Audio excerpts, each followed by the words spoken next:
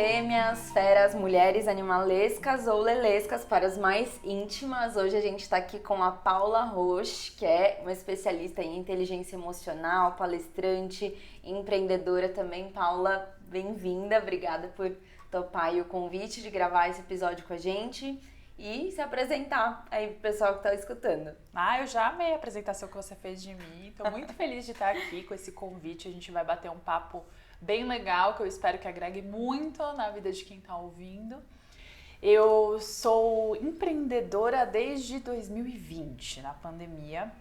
Eu sou especialista em inteligência emocional e empatia, em comunicação não violenta, em life design, em autocompaixão, porque quando você vai se aprofundando no assunto do desenvolvimento humano, o mergulho realmente é sem fim. Você vai descobrindo várias camadas. E eu sou apaixonada por inspirar pessoas a viverem uma vida com mais propósito. Então, nessa minha busca, eu fui procurando assuntos que pudessem apoiar as pessoas de forma responsável a conseguirem construir esse sentido na vida, melhorando a conexão, primeiro com elas mesmas e depois com os outros. Então, eu fui me aprofundando nisso através da minha empresa Mídia Amor, e eu faço isso através de, primeiro contando histórias lá no Mídia Amor, histórias de empatia, e depois ensinando, levando treinamento para empresas, também para pessoas físicas.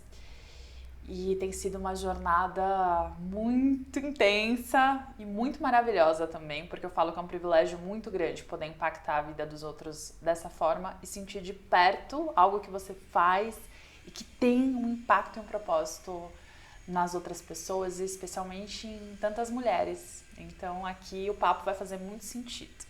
Com certeza, inclusive eu conheci a Paula, né, pelo LinkedIn, de um olhar profissional, de me desenvolver profissionalmente. A gente fez juntas a mentoria Life Design, ela foi minha mentora.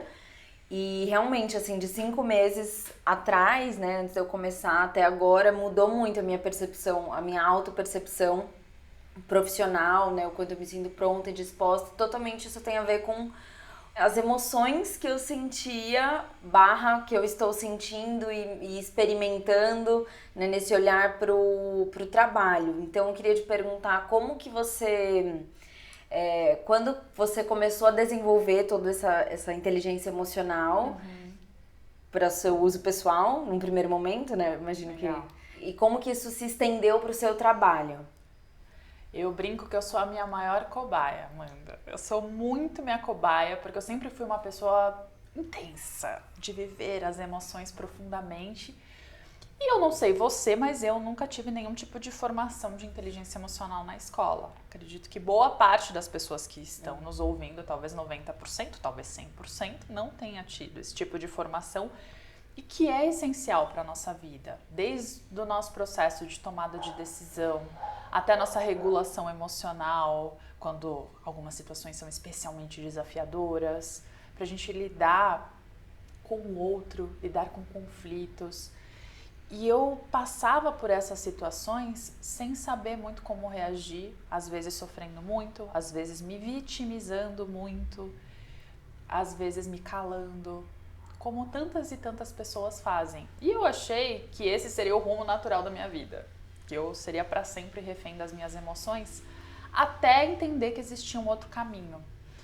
E esse caminho começou pelo mergulho da comunicação não violenta. Eu fui descobrindo uma nova forma de me comunicar, e para quem nunca ouviu falar sobre o tema, nós somos violentos muitas vezes até quando a gente dá um conselho para o outro, quando a gente invade o espaço se colocando numa posição superior ao que o outro pensa, sem realmente querer escutar como você está fazendo agora, sem se interessar em saber mais pelo contexto e pelo que a outra pessoa está vivendo.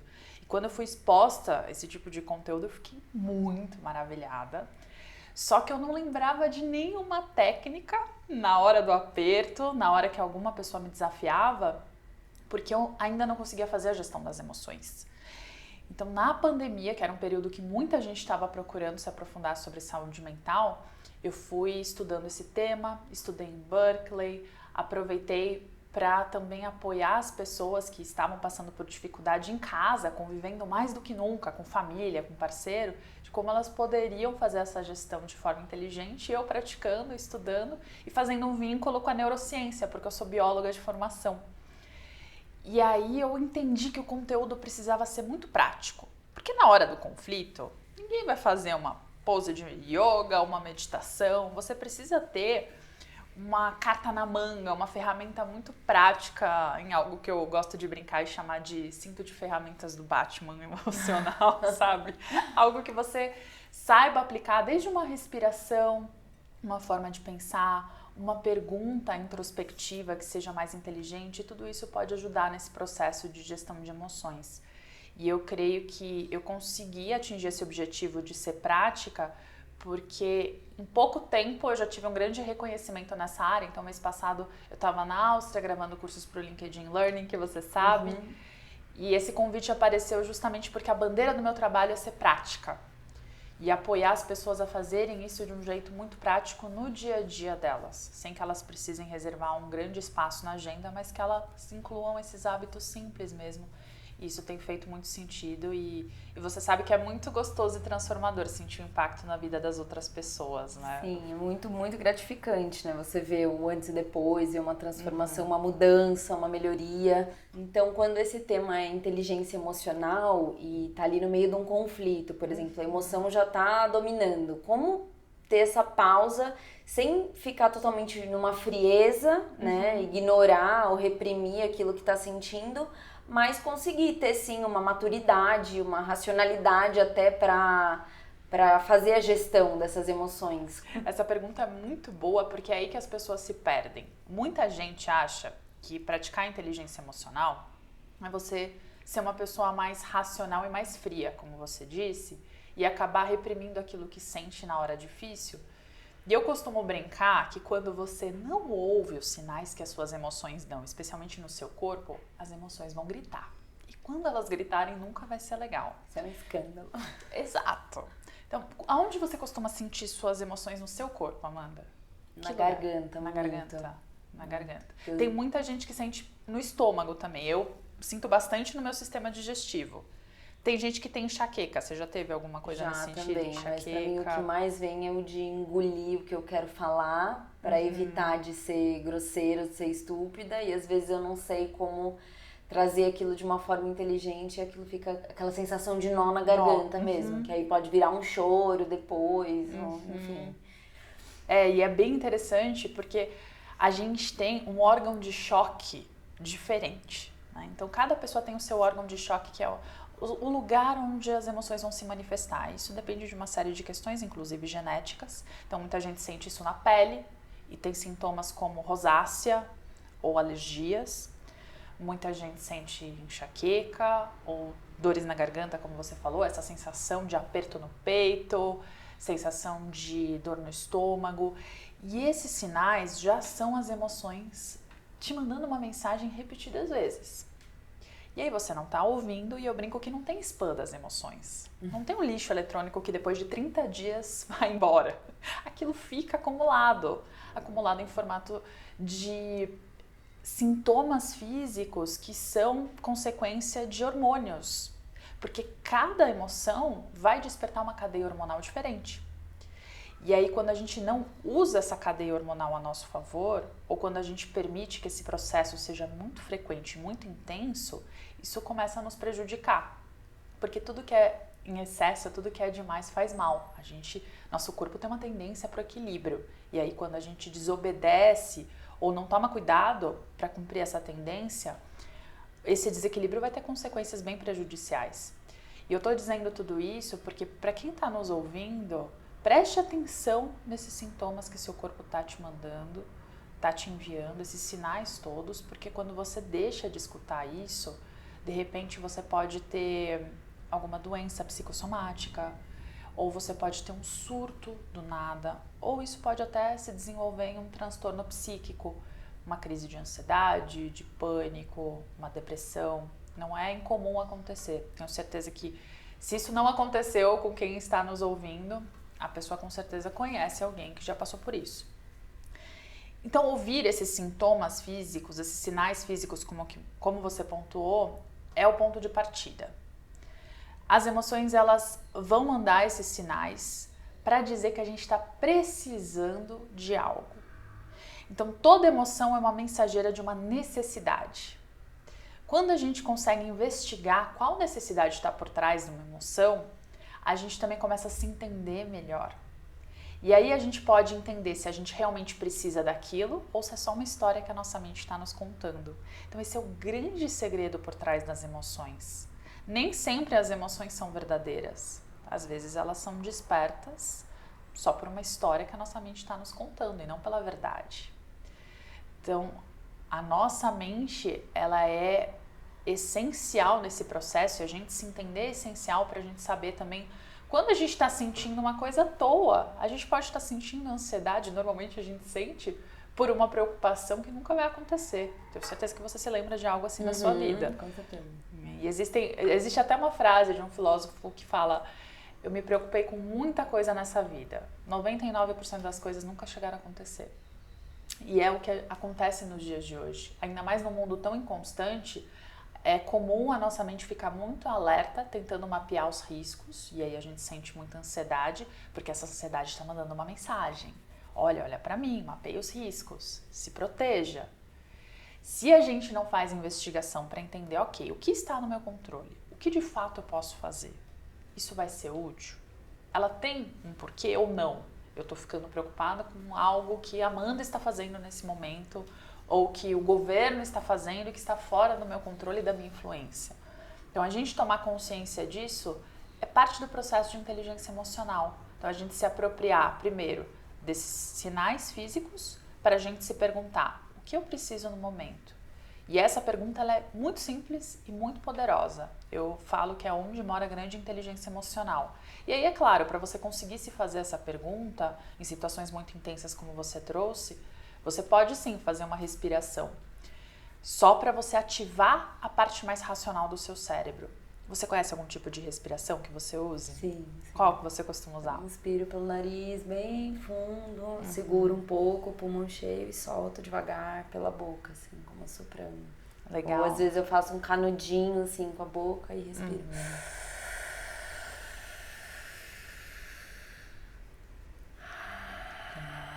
Quem estiver escutando, quiser experimentar também, às vezes é realmente questão de 2, 3 respirações, ciclos que você faz e muda o seu estado no momento. Acho que esse espaço de perceber, de detectar, traz muito a autorresponsabilidade mesmo, porque às vezes você fica vítima, se você ficar vítima ali das suas emoções e entra e cai na turbulência, você acaba poluindo, intoxicando o ambiente, às vezes uma relação, uma pessoa que não tem nada a ver com aquilo que você tá sentindo, e aí você não sabe fazer a sua gestão e acaba, às vezes, fazendo uma bola de neve e vai pro seu ambiente, pro seu trabalho, pra sua casa, pra sua família.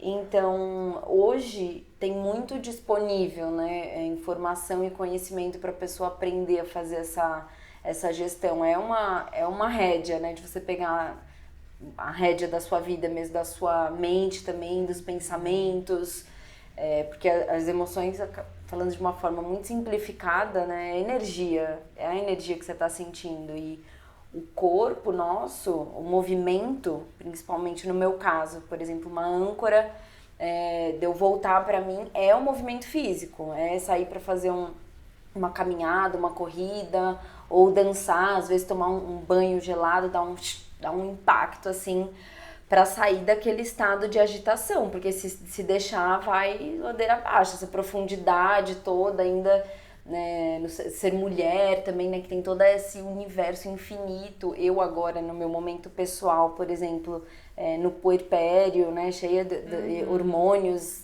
totalmente diferente do padrão, né, habitual, seria muito fácil cair, né, nesses lugares. Eu falo cair porque realmente a gente fica meio... É inconsciente. É inconsciente, a gente tropeça às vezes nas coisas, tem que saber voltar para si mesmo e escolher, porque no final das contas eu acho que acaba sendo uma escolha e uma decisão você mudar a forma como você está se sentindo. E não é que você está mentindo, ou que você está fingindo, ou que você está forçando. Às vezes né, um esforço, você realmente faz um esforço para mudar o seu estado.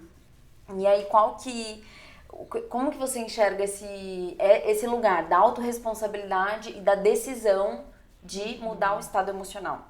Você está trazendo algo muito importante, porque é aí que mora o segredo da liberdade mental. As pessoas constroem algumas prisões mentais e emocionais justamente por isso que você falou. Elas entregam aquilo que elas estão sentindo na mão do outro. Como assim? A gente faz isso quando a gente fala, por exemplo, eu tô me sentindo irritada porque fulano fez tal coisa comigo. Eu tô me sentindo ignorada porque fulano não me respondeu uma mensagem. E assim por diante. Então entende que, por um lado, parece que quando a gente faz isso, a gente se liberta do peso da culpa e entrega para o outro aquilo que a gente está sentindo. Então parece que isso tem uma certa liberdade. Só que não.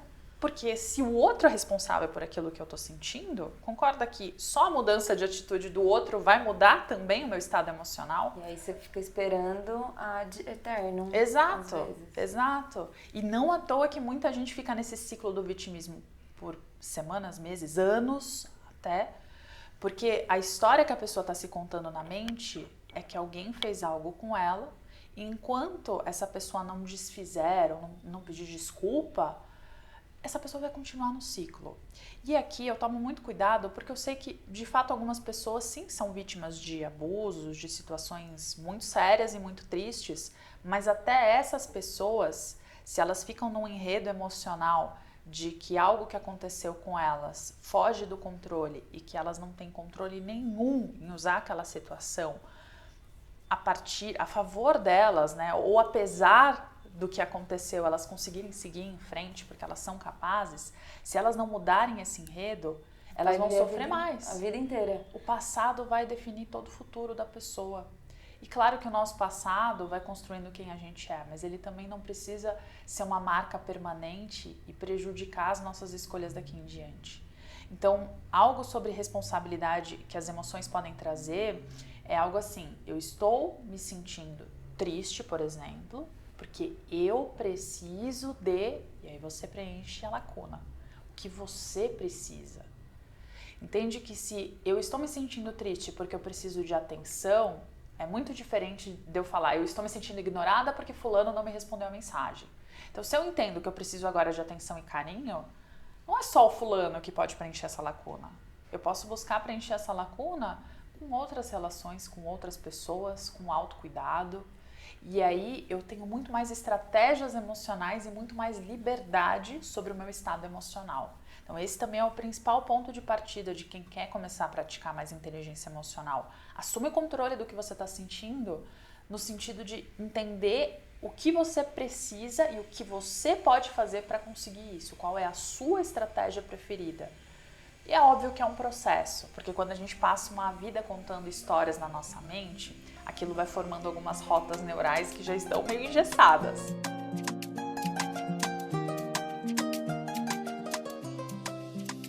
Até voltando um pouco no que você estava falando, né, de abuso, de pessoas que vivem, né, anos em vitimismo por situações drásticas, né, que tenham passado, e faço questão de falar assim, eu já sofri abuso na infância e sei que eu sou só mais uma de milhares e milhares da humanidade, eu sou só mais uma mulher que passou por abuso. A gente não sabe quando que isso vai acabar na história da humanidade, mas enquanto não acaba, o que eu posso fazer para lidar com isso? E é uma escolha de fato, porque eu vivi muitos anos vivendo rotas, vou até falar abertamente, porque meu avô já morreu, mas assim, foi com um dos meus avós, e eu vivi anos observando, por exemplo, olhares de senhores de idade com olhares nojentos, assim, com desejo, com aquela coisa meio mesmo. Sim. Anos, percebendo nitidamente. E chegou um momento que eu resolvi olhar para isso dentro do meu caminho de autoconhecimento. Eu resolvi entrar na raiz do abuso e liberar perdão. Então, acho que o perdão é uma das chaves para viver uma superação de uma situação impactante, porque, por exemplo, meu avô poderia ter morrido e eu continuar vivendo a minha vida com essa mágoa, mas eu escolhi olhar, liberar perdão e hoje ele morreu, tá? Assim, foi. Eu também, para mim, essa história já foi, faz parte da minha história, né? Fazer o quê? Tenho que olhar para o meu corpo, tive que aprender a liberação de traumas também através do corpo. Acho que isso é legal da gente falar também aqui. O papel, como que, por exemplo, num momento de abuso, ou até de um susto, de um impacto, de um acidente, o corpo ele contrai, né? Ele gera uma capa, né? Uma armadura mesmo pra lidar com aquilo, pra você não se destruir, né? Não se destruir naquele momento. E isso fica pra sempre não, fica até o momento de você encontrar esses micro relaxamentos no corpo. Eu ali no momento do abuso sofri essa contração, esse susto, essa agonia. E aquilo ficou no meu corpo. Eu continuei caminhando com aquela tensão. Com aquela tensão, com aquela tensão. Só que eu não preciso mais daquela tensão que eu precisei no momento do impacto. E aí você precisa aprender a liberar pra você conseguir caminhar com liberdade, de fato. Senão aquilo vai continuar te impactando. E você vai viver com aquilo, se comportando com aquilo, te influenciando. Então, por exemplo, o perdão é algo que desbloqueia muito o coração, a mente, a fala. Queria que você falasse um pouco do papel do perdão na inteligência emocional. Legal. Quando você está falando de todas essas experiências que são muito traumáticas, isso causa um ressentimento. Eu gosto muito dessa palavra, porque ela já diz, né? A gente ressente uma situação que aconteceu no passado. De novo, isso, várias vezes. Então, a gente revive aquilo também na nossa memória. E aí a gente faz vínculos, do tipo que você falou, com coisas que não necessariamente têm a ver. Isso vai formando pré-julgamentos de mundo que vão escalando o sofrimento. E obviamente que nessas situações que são muito traumáticas de fato, a gente muitas vezes precisa de um apoio terapêutico profundo para conseguir fazer a ressignificação dessa situação.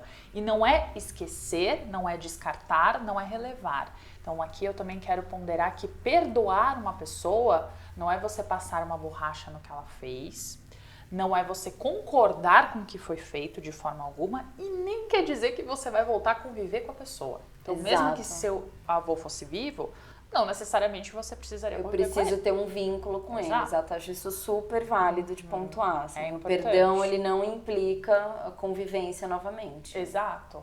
E cada um tem que saber os seus limites, até porque cada situação é única, né? Só a pessoa vai saber também o que a outra pessoa feriu e quais limites foram ultrapassados. E de qualquer forma, esse perdão é muito pela própria pessoa. Então, quando você decidiu perdoar o seu avô, por exemplo, você fez isso muito mais por você. E perdoar é escolher se libertar, então, desse ressentimento, desse rancor.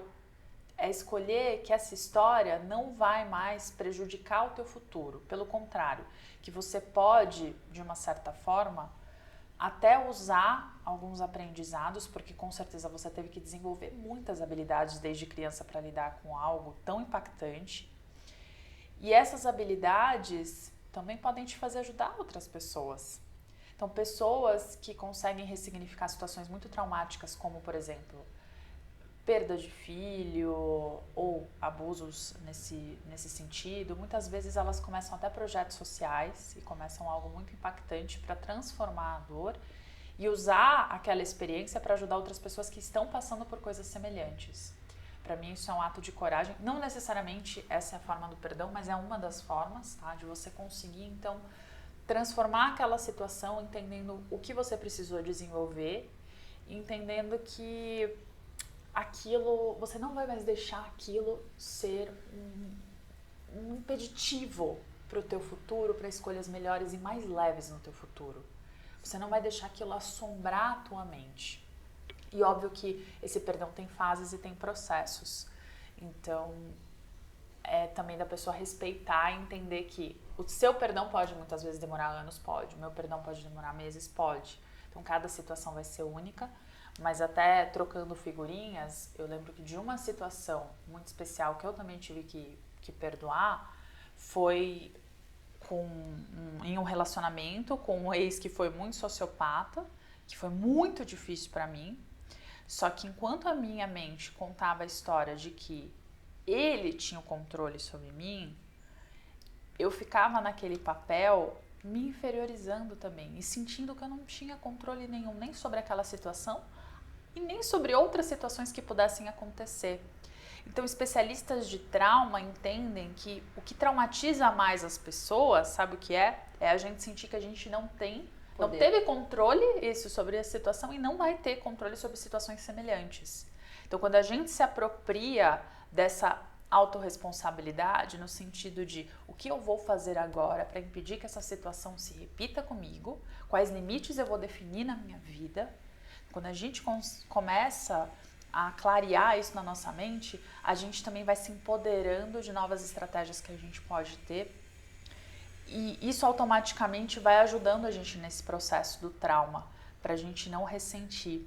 Tem um caso muito interessante e muito triste também, que aconteceu numa escola nos Estados Unidos. Sabe aqueles tiroteios bizarros que matam um monte de gente? Então, tinha acontecido numa das escolas. E aí, pouco tempo depois, os pais viram que as crianças faziam uma brincadeira um pouco mórbida. Eles pegavam bonequinhos e fingiam que aquela situação estava acontecendo de novo. Então, um dos bonequinhos atirava nos outros, os outros morriam. E aí, a cada vez que eles brincavam, eles iam mudando a história. Até que alguém conseguia atacar o atirador, até que, de repente, aqueles outros bonecos não morriam. Então, no começo, os pais assustados tentavam bloquear a brincadeira. Mas depois os educadores e psicólogos que acompanharam as crianças entenderam que aquele era o processo das crianças ressignificarem aquela situação traumática e tentarem ter algum controle sobre a situação, mesmo que fosse no imaginário, para que, se caso aquilo se repetisse, então elas já estariam preparadas. A brincadeira foi uma forma delas desenvolverem uma estratégia, né? Exato, de uma estratégia emocional. Então as crianças às vezes sabem fazer isso até melhor do que os adultos, porque fazem desenhos, fazem brincadeiras, e é muito da gente entender formas então de ressignificar e de não deixar que esse trauma determine a nossa história, seja contando para um terapeuta, para alguém de confiança, seja a gente entendendo o que está no nosso controle. E até eu acho que uma forma de... Isso assim, a minha autopercepção, né, do trauma.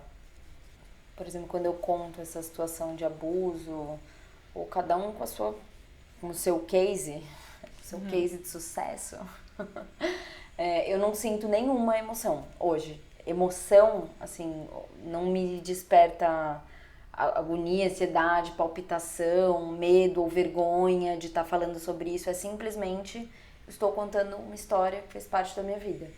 Parece que tem uma neutralidade hoje em contar isso, que há anos atrás, não, eu teria vergonha, eu teria medo de alguém descobrir isso sobre... E hoje não, e hoje tanto que, né, trabalhando com mulheres também, parece que ressignificar um trauma realmente te dá poder e ferramentas para ajudar outras pessoas. E eu acho isso até espiritual, eu acho isso muito espiritual. Tem muitas pessoas que, vivendo os seus propósitos de vida, contam que o ponto de virada foi a ressignificação de um trauma, de uma dor da infância, de uma situação de grande impacto. E eu acho que olhar por essa perspectiva, independente da religião, mas como que o seu espírito, que a sua alma escolheu passar por aquilo para que você pudesse acessar e descobrir o seu propósito, por exemplo. E isso eu acho que é uma decisão mesmo. Eu vejo, uma decisão. E a visão de mundo vai fazer total diferença. Muito, e não à toa que também tem muitos estudos na inteligência emocional que mostram que o fato de você ter uma crença mesmo e acreditar em algo maior já te faz ter também mais maturidade emocional, porque você consegue, primeiro, perdoar mais, porque o princípio de praticamente todas as religiões que pregam o amor é o perdão também, né? É a aceitação, é o amor ao próximo. Então isso já te dá essa possibilidade de você ter um espírito um pouco mais quebrantado, e sem contar que você tem uma busca maior por um propósito também. Você entende que a nossa passagem aqui não é ao acaso, não é à toa, a gente está aqui por algum motivo, algum sentido. E ter esse sentimento mesmo dentro de cada um, e eu acredito que isso é muito intrínseco, né? Não é à toa que tem tanta gente angustiada em empregos que não cabem, tentando se conformar em caixinhas muito pequenas para o tamanho do espírito e dos sonhos, porque é natural do ser humano buscar um impacto. Uma necessidade comum de todo mundo é se sentir útil, é sentir que a vida impacta as outras pessoas e é se sentir conectado também a relacionamentos que fazem sentido, que sejam profundos, que sejam verdadeiros. Então, para mim, aí mora também um grande segredo da vida que muita gente passa anos e não consegue entender. As pessoas buscam a felicidade como fim. Eu costumo falar que a felicidade é consequência da sua vida e das suas escolhas. Então, se você escolher viver uma vida com conexões de qualidade e com propósito, a felicidade vira uma consequência. Então, você consegue ser feliz quando ela não é o principal objetivo, mas quando ela é consequência daquilo que você escolheu viver. Porque se ela vira o principal objetivo, concorda que você acaba tendo uma vida mais egoísta? Porque você faz tudo para tentar preencher essas lacunas e aí provavelmente você busca muito coisas extrínsecas. Você busca preencher isso, seja com bens materiais, seja com outras pessoas, e fica vazio. A gente não enche de verdade. Nunca é o suficiente. Nunca é o suficiente, porque o que é suficiente é de fato a gente sentir que nós temos relações que importam e nós temos um sentido que impacta a vida dos outros. Aí que a gente se sente feliz. E aproveitando que você falou sobre os relacionamentos agora, né? A gente até então, assim, falando sobre essa escolha pessoal, né? A decisão, a percepção das nossas emoções, esse desenvolvimento da inteligência emocional. E aí, em algum momento, lógico, em algum momento não, sempre, né? Isso vai estar impactando as nossas relações. E como que você percebe essa comunicação se refinando, por exemplo, no relacionamento afetivo ou no trabalho? Porque quando você desenvolve inteligência emocional, você vai mudar a sua comunicação interna, né? Dentro de você. Você com você mesma, o que você diz pra você mesma. Você escolhe formas diferentes de se enxergar e de falar com você. E agora, quando isso vai passando pro outro e você tá se comportando de uma forma diferente, a pessoa vai perceber que você tá diferente, que você mudou, ou outras pessoas até se incomodam com isso também, né? Como você vai trabalhando essa comunicação nas suas relações? E explicar para as pessoas o que mudou, ou convidar as pessoas para fazer parte dessa mudança. Legal. Um dos grandes impulsos que a gente tem quando a gente aprende algo novo é querer que todo mundo à nossa volta aprenda. E aí eu sempre sugiro, segura esse impulso. Primeiro trabalhe em você, desenvolva, porque a gente inspira muito mais os outros quando a gente pratica por nós mesmos do que quando a gente tenta ensinar algo que a gente nem é tão bom ainda. E eu brinco que, por mais que a gente estude, por mais que eu estude isso todos os dias há anos, ninguém lacra na inteligência emocional. Ninguém lacra na comunicação não violenta. É um processo contínuo de desenvolvimento e que, dependendo dos gatilhos, dependendo das interações, a gente vai voltar a cair, falhar e vai continuar tentando.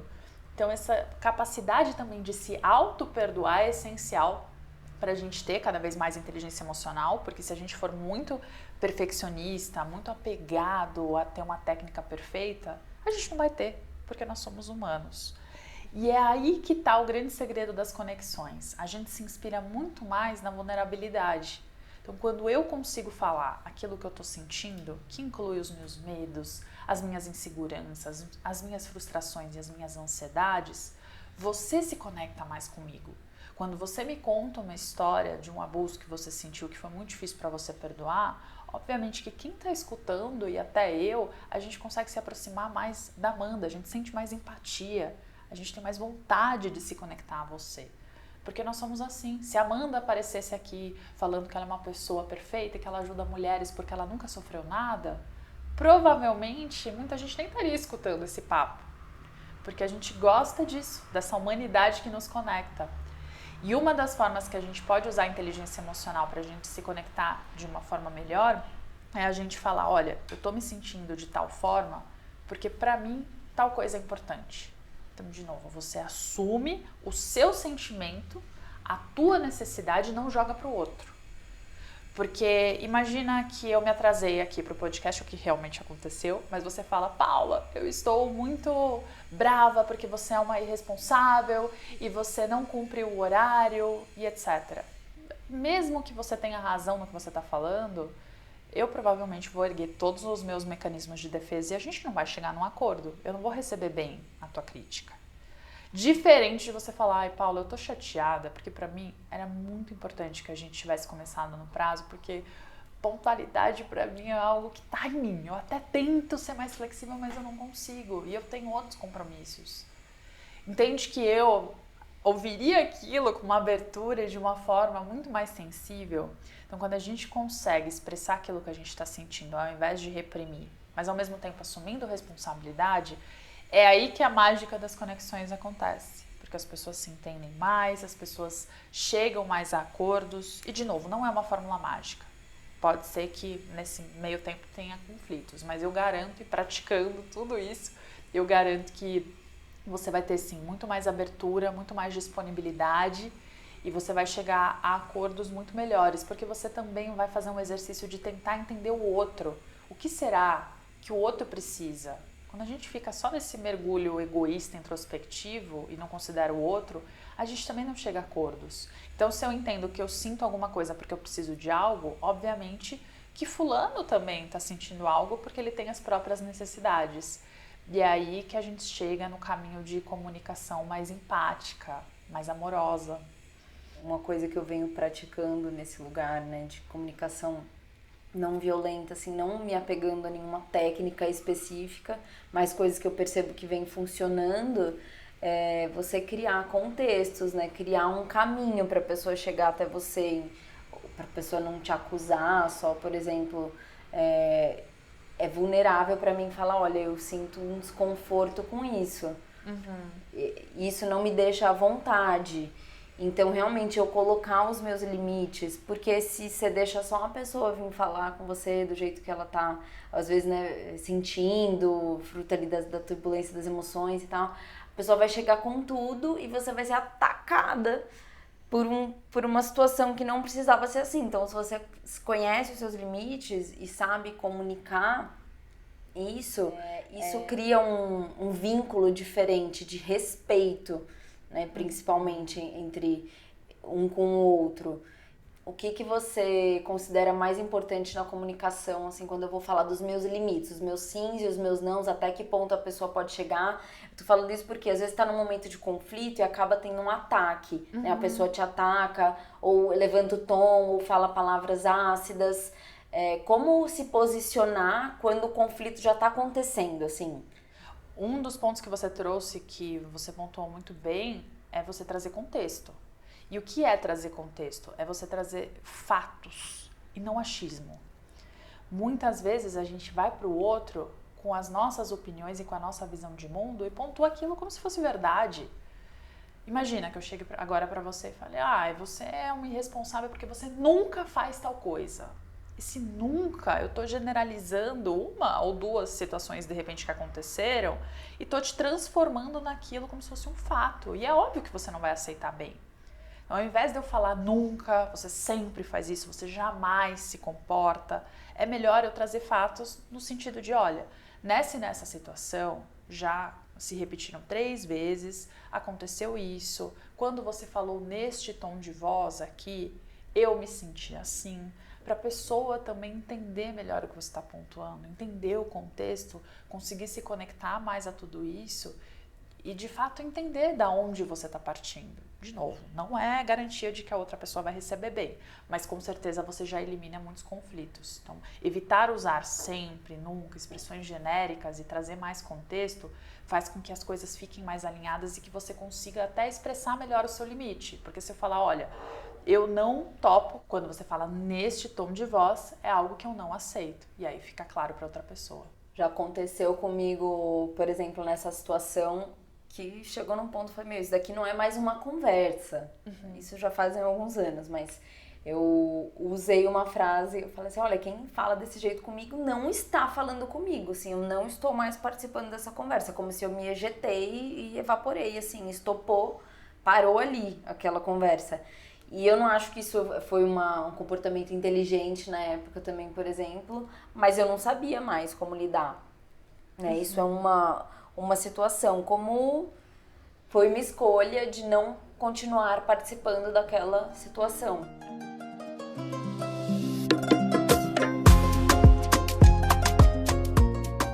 Por isso que quando a gente fala de limite, muita gente confunde que eu preciso colocar os limites ou de uma forma muito impositiva Ou só porque eu tô falando de emoções, eu também preciso ser muito bonzinho. E não é nenhuma coisa nem outra. Você se dispor a ser vulnerável, até para colocar os seus limites, não significa que você vai topar qualquer coisa ou que você sempre vai falar num tom de voz amoroso. Já aconteceu isso com você, por exemplo, de você colocar os seus limites de uma forma firme? Claro, e até eu acho que é uma vulnerabilidade você comunicar os seus limites, porque você tá correndo o risco de desagradar o outro. Exato, exato. E a gente pode fazer isso de uma forma firme, claro, tomando cuidado, de novo, para colocar contexto e para não ferir os nossos próprios valores. Então, se nos meus valores também está não injustiçar a outra pessoa, não desrespeitar a outra pessoa, mesmo que eu seja desrespeitado, eu vou fazer o possível para cumprir, entendendo que a gente sempre faz o melhor que a gente pode com o melhor que a gente tem. Às vezes a gente pode escorregar, às vezes a outra pessoa vai pisar num calo nosso, mas é muito importante a gente se comunicar falando, olha, tô me sentindo assim, de repente quando você fala nesse tom de voz, eu não topo participar dessa conversa, vou esperar você se acalmar para eu voltar e a gente resolver isso, ou até falar, para mim não faz mais sentido continuar esse assunto. Para mim eu já tô esgotada, prefiro não falar mais sobre isso. Entende que para a gente conseguir colocar os limites, a gente precisa ter a clareza também até onde isso vai. O que eu sinto é que muitas pessoas sentem uma grande confusão de entender os próprios limites. Elas não se conhecem e, portanto, não conseguem comunicar para os outros aquilo que elas precisam e aquilo que elas topam ou não. Mas eu acho que sobre limites, especificamente, isso é muito... A pessoa só vai conhecer, você só conhece o seu limite quando alguém se aproxima dele ou quando, às vezes, até rompe esse limite. Porque, do contrário, como que eu vou conhecer meus limites, né? Eu acho que é igual encher um balão, assim, né? Você só vai saber o limite dele a hora que ele estourar ou a hora que ele não estiver mais esticando, né? Isso é uma analogia, assim, simplesmente falando, mas... Nesse caso que a gente estava falando de uma conversa conflituosa, como a comunicação não violenta, o autoconhecimento, a autorresponsabilidade, a inteligência emocional, de fato, te coloca numa posição de ajudar, né, de contribuir com uma pessoa, às vezes, que está em desequilíbrio. Ou, ao menos, você está ajudando a você mesma a não entrar naquele conflito. Faz sentido? Total. Uma das primeiras coisas que a gente precisa se fornecer para conseguir se equilibrar e não se afetar com o desequilíbrio do outro é a autocompaixão. O que você falou de eu exercitar o meu diálogo interno é algo fundamental para eu não me contagiar emocionalmente com a outra pessoa e para eu retomar o meu eixo mesmo durante uma discussão. Então imagina, a gente está tendo um grande conflito aqui. Durante esse conflito, no meu diálogo interno, eu preciso estar o tempo todo falando, nossa, Paula, tá sendo difícil pra você. É interessante até falar em terceira pessoa, porque você se afasta da situação. Então, eu vou me oferecendo compaixão, vou me oferecendo amor próprio, vou entendendo, olha, agora eu preciso de respeito, agora eu preciso de conexão, agora eu preciso de empatia, agora eu preciso de segurança. Então, eu vou entendendo o que eu tô sentindo nesse momento, todas as necessidades por trás disso, em um diálogo interno mesmo. E ao mesmo tempo, enquanto eu consigo fazer isso, eu consigo me esticar um pouco até você entender o que será que está por trás dessa fala da Amanda. O que será que está por trás da raiva dela, da angústia dela, o que ela precisa. Mas eu só consigo fazer esse movimento de me esticar até você se primeiro eu conseguir me oferecer essa autocompaixão. Se eu não consigo me investigar, se eu não consigo me suportar emocionalmente, eu não vou ter forças para fazer esse tipo de pergunta e nem me interessar por você. Então esse é um grande princípio até da comunicação não violenta. A gente só consegue sentir empatia se a gente não está sentindo uma raiva muito grande, uma emoção muito intensa, porque essa emoção vai dominar a nossa mente e vai bloquear muito o nosso potencial empático. Então enquanto eu vou me equilibrando, entendendo que essa é uma situação, que a situação vai passar, que de repente daqui um dia já vai estar tudo bem, ou um mês, ou um ano, isso já vai ter mudado. Então eu consegui me afastar na hora, entendendo que aquele conflito é temporário e de que a gente pode encontrar um denominador comum para as nossas necessidades, isso pode me ajudar a equilibrar. Senão eu não vou conseguir te dar um suporte. E muitas vezes isso pode demandar eu falar assim, Amanda, eu preciso de um tempo. vou ali ao banheiro, vou jogar uma água no rosto, vou beber uma água, para eu conseguir respirar profundamente. E isso dá até para fazer durante um conflito. Dá para você respirar aqui profundo, enquanto eu tô te ouvindo. E a respiração que você falou é bem interessante. E eu até sugiro quem tá nos ouvindo tentar uma respiração que chama 4x7x8. Então você inspira por 4 segundos, prende a respiração por 7 segundos e solta o ar por 8 segundos. Então, 4, 7, 8. Isso ajuda a ativar o chamado sistema nervoso parasimpático, que nos acalma. E ajuda a gente a oxigenar o cérebro, para ativar a racionalidade e para eu fazer o meu cérebro usar a emoção ao meu favor. E aí, nesse meio tempo, eu posso te oferecer empatia. Porque quando você vai oferecendo empatia para outra pessoa, é mais natural ela se acalmar. Então, se você tá com muita raiva e eu só te falo, fica calma, normalmente isso aumenta a raiva. Agora, se eu falar, ai, deve estar sendo muito difícil para você. Normalmente o que você vai falar tá sendo, você vai concordar. E isso já vai ajudando a te desarmar um pouco.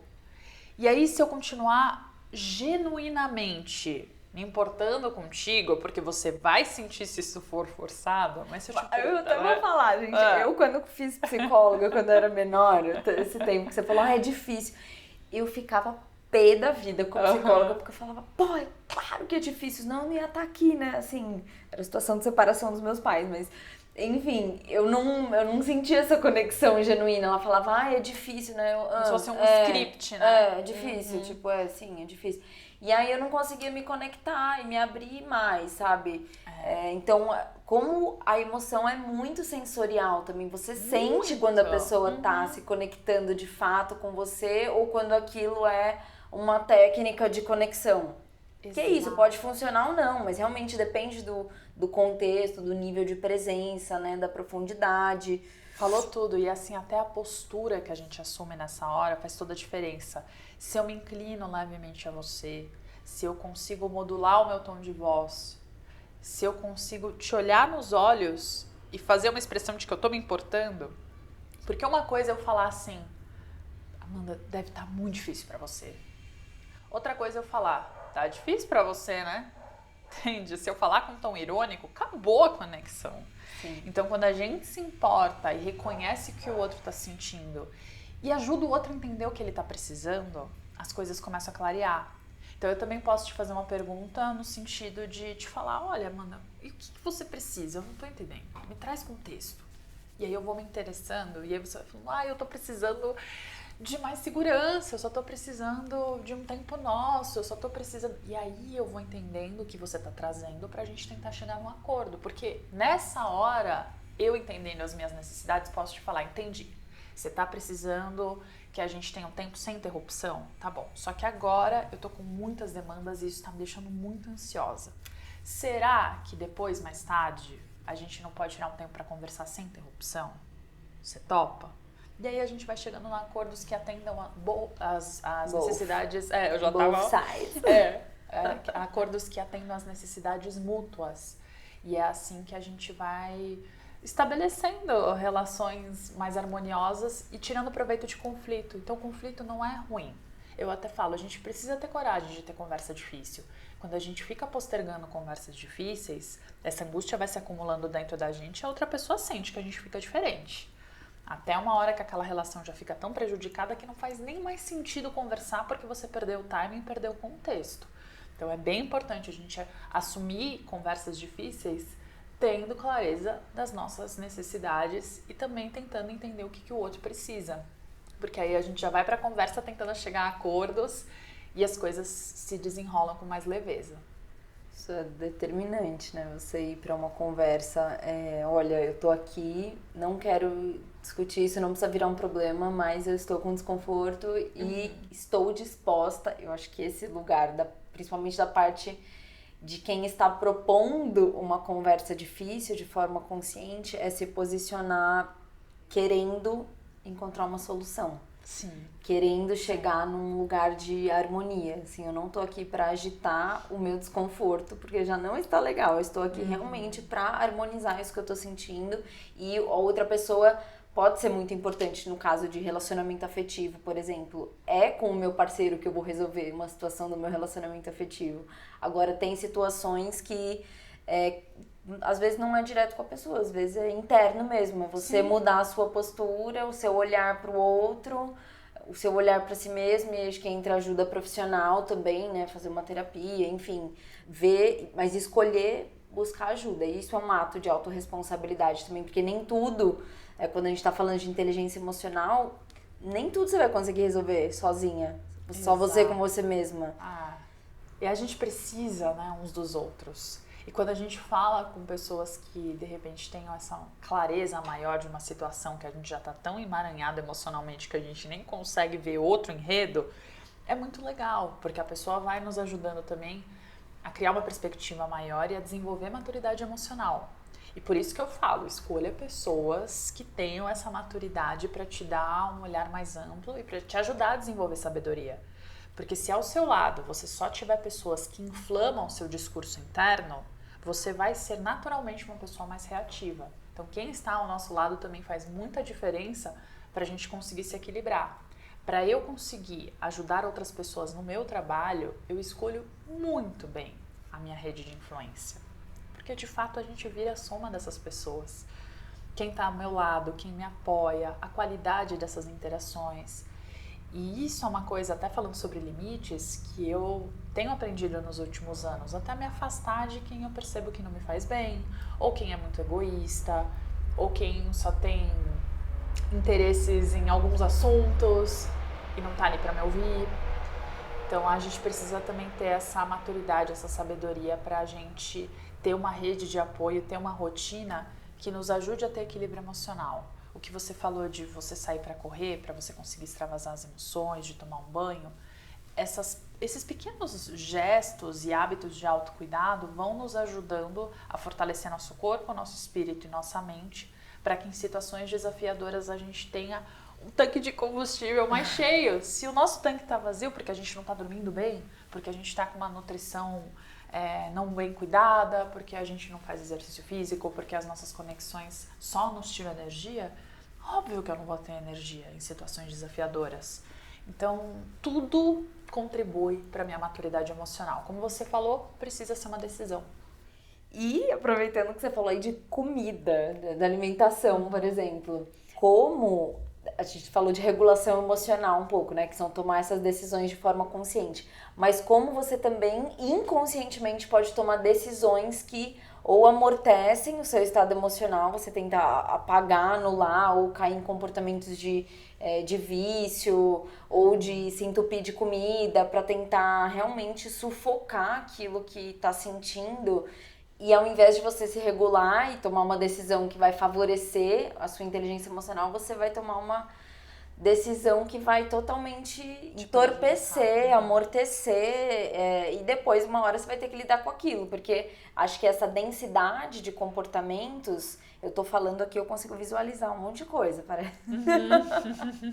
Essa decisão de entorpecer os sentidos por não querer sentir o desconforto, uma hora a conta disso chega, né? Sim. Essa coisa do psicossomático, né? Para quem não sabe, é quando as emoções elas acabam se tornando uma doença física mesmo, né? Você não processa aquilo e aquilo realmente toma forma no corpo, literalmente. Eu queria que você falasse um pouco sobre essa desregulação. Legal. Tem o processo de se regular, que a gente já falou, e sobre o se desregular. Quais os cuidados para não cair nesse lugar? Como as pessoas não aprenderam a usar as emoções a favor, normalmente elas escolhem dois outros caminhos. O caminho ou da repressão, que a gente falou aqui, ou de remoer sentimentos contando as mesmas histórias na mente. Para esses dois outros caminhos, como as pessoas não lidam com as emoções e elas ficam acumuladas no corpo, as pessoas tentam lidar com esse acúmulo e com essa angústia arranjando válvulas de escape, como você trouxe. E a comida pode ser uma válvula de escape, é uma das mais comuns, mas pode ser jogo, pode ser pornografia, pode ser um monte de coisa. Pode ser compra, pode ser bebida, pode ser festa, pode ser até uma relação que causa dependência emocional, também pode ser. Então, a gente tem as nossas válvulas de escape, é natural que em alguns momentos a gente recorra a elas, e sabendo disso, tomando consciência delas, a gente pode também escolher algumas válvulas em momentos que a gente está muito sobrecarregado emocionalmente, que sejam mais saudáveis, como atividade física, como uma meditação, uma oração, ter um tempo de qualidade com pessoas legais e etc. Então isso precisa ficar muito consciente, porque quando essas válvulas de escape são inconscientes, elas tentam preencher essa angústia e aí elas causam um efeito rebote. Porque se eu como para preencher um vazio emocional, e não porque eu tenho fome, mas só porque eu quero lidar com desconforto, gerando algum pico de dopamina com doce, com uma coisa gostosinha, com uma gordura, aquilo vai, até me satisfaz nem por um minuto, talvez por alguns minutos, mas logo isso passa e me gera culpa. E aí eu caio num ciclo negativo, porque aquela culpa me faz piorar o meu estado emocional e recorrer a mais válvulas de escape. Então a pessoa fica presa ali num ciclo limbo, que é difícil sair. E a gente consegue sair com um hábito mais positivo. Então se eu procuro, por exemplo, ao invés de comer, vou fazer uma atividade física ou eu vou falar com alguém legal, aquilo vai me gerar uma dopamina, uma endorfina, que eu vou buscar mais daquilo. E eu vou evitar coisas que me fazem mal, porque afinal, se eu já estou cuidando de mim, se eu já estou fazendo aquilo por mim, eu vou tentar manter esse ciclo positivo. E obviamente que isso vai se sustentar também com esse diálogo interno que vai promover um equilíbrio emocional melhor. E aí eu vou aprendendo nesse meio caminho a usar as emoções a meu favor, a entender, olha, agora eu estou fazendo exercício físico porque eu preciso liberar essa energia, me sentir mais tranquila para me concentrar no meu trabalho, para fazer as minhas coisas de um jeito mais tranquilo. E aí a gente vai conseguindo fazer essa regulação de uma forma mais consciente. E é tudo na escolha de hábitos melhores. Eu falo que não existe inteligência emocional sem um bom planejamento. Se a gente deixa a nossa rotina, a nossa agenda para os outros decidirem, ou vamos ver o que acontece aí no dia, a nossa força de vontade vai ganhar. E qual é a força de vontade natural do cérebro? São coisas que economizam energia. São essas coisas gostosinhas, que é a comida com alto açúcar e alta gordura, é descansar ao invés de fazer exercício físico, é recorrer a jogos, a séries e etc. E de vez em quando tá tudo bem, né? Ninguém precisa aqui se privar dessas coisas. O problema é, como você disse, quando isso vira uma válvula de escape. E agora que você tocou nesse ponto da rotina, até quando eu fui fazer a mentoria com a Paula, ela me deu um planner de presente, né? Você como empreendedora, assim, o que você daria de dica? Como que a inteligência emocional se torna um diferencial na vida de uma mulher empreendedora? Eu brinco que eu sou a louca do planejamento. Eu dou planner para todo mundo, principalmente para os meus alunos, porque, como eu disse, isso é essencial. E para quem empreende, essa é a diferença de você não desistir do seu negócio, ainda mais no Brasil, né, que tem todos os desafios que a gente sabe, e você continuar persistindo, apesar da força de vontade que eu falei. Porque quando um negócio só depende de você, é muito tentador, em alguns dias de desânimo e de desmotivação, você deitar no sofá e assistir uma série e não trabalhar. É muito tentador. Ou é muito tentador você arranjar outras coisas no seu negócio que nem vão agregar muito valor, não vão gerar impacto e nem vão garantir a sustentabilidade financeira do seu negócio, só porque, de repente, isso é mais fácil de fazer e aí você vai procrastinando outros projetos que são importantes. Então, algo essencial que eu falo para quem empreende. Primeiro, tenha clareza do impacto que você quer gerar e como você pode monetizar esse impacto. Para muita gente que empreende com coração e com propósito, isso pode ser incômodo e para mim já foi. Só que eu entendi que eu precisava levar os meus negócios muito a sério se eu quisesse continuar fazendo isso. Porque a gente não vive diário, nem faz fotossíntese igual planta. A gente precisa, no fim do dia ali, ter um lucro e ter essa segurança maior financeira, por mais instável que o empreendedorismo seja. Porque eu costumo dizer, né, que insegurança financeira gera muita instabilidade emocional. Então eu preciso ter essa clareza de quais são os meus objetivos, quais serão as atividades que vão me ajudar a chegar até lá e com que frequência eu preciso fazer essas atividades. Então, tendo essa clareza, e claro que é um processo de desenvolvimento, de análise crítica, de tentar errar e replanejar, mas tendo essa clareza eu vou entender também outros hábitos que eu vou precisar escolher para me dar um suporte emocional para eu conseguir me motivar nessas tarefas do cotidiano. Para mim, isso é muito esporte, exercício físico, e aí é básico, todo mundo precisa disso para ter um cérebro saudável. É muito ter tempo de conexão com pessoas também que eu amo, e eu faço tempo intencional. Você sabe que tem no meu planner lá, responder mensagens, falar com fulano. Isso é fundamental para eu conseguir me equilibrar, ainda mais nos dias que eu trabalho de home office, sozinha, para eu não me sentir tão solitária. Porque a solidão é muito impactante para a nossa saúde mental. E o empreendedorismo é solitário, mesmo que você tenha outras pessoas trabalhando contigo, o peso da responsabilidade de você tocar um negócio, muitas vezes, é algo que massacra a saúde mental de empreendedores e empreendedoras. Então tem essa rede de apoio, que não necessariamente precisa estar no seu trabalho, mas que vai te dar essa energia para você continuar se motivando todos os dias. E tenha uma rotina que esteja escrita, porque nos dias que você não tiver motivação, e eles serão muitos, principalmente porque nós mulheres também somos afetadas por muitos hormônios, com muito mais intensidade que os homens. Então nesses dias, um dia de TPM, num dia que algo triste aconteceu, eu sei que eu vou olhar para o meu planejamento e mesmo que eu faça algumas alterações, eu sei que eu tenho um plano. E isso acalma a minha mente, isso acalma a minha ansiedade. Porque se eu não tenho um plano escrito, estabelecido, eu vou ficar todos os dias muito ansiosa e esse pico de cortisol vai acabar com a minha saúde física e mental. Então isso é fundamental. Acho que disso que você trouxe do tema do empreendedorismo, que é algo que exige muito da nossa organização mental, e acho que fica muito claro, assim, dessa fala que você trouxe, que sem a gestão emocional, sem a inteligência emocional, não tem clareza mental. Porque as emoções, às vezes, elas podem acabar nublando mesmo, ou afetando. Sim. Isso falando das emoções que a gente considera negativas, né? Porque as positivas, elas geram motivação, entusiasmo, a vontade, a alegria ali, esse pulso de criar e de fazer as coisas acontecer. Mas sabe que mesmo a alegria, ela pode ser prejudicial. Tem aquela expressão bobo alegre, porque quando a gente fica muito feliz, a gente não vê risco. Então imagina que agora você me faz uma proposta de trabalho que me deixa muito empolgada porque pega num ponto do meu ego. Mas essa empolgação não me faz entender de fato se aquilo vai me trazer os benefícios e o impacto que eu espero ter. E aí eu aceito na empolgação sem pensar muito nas consequências. Então qualquer emoção intensa ela pode ser prejudicial.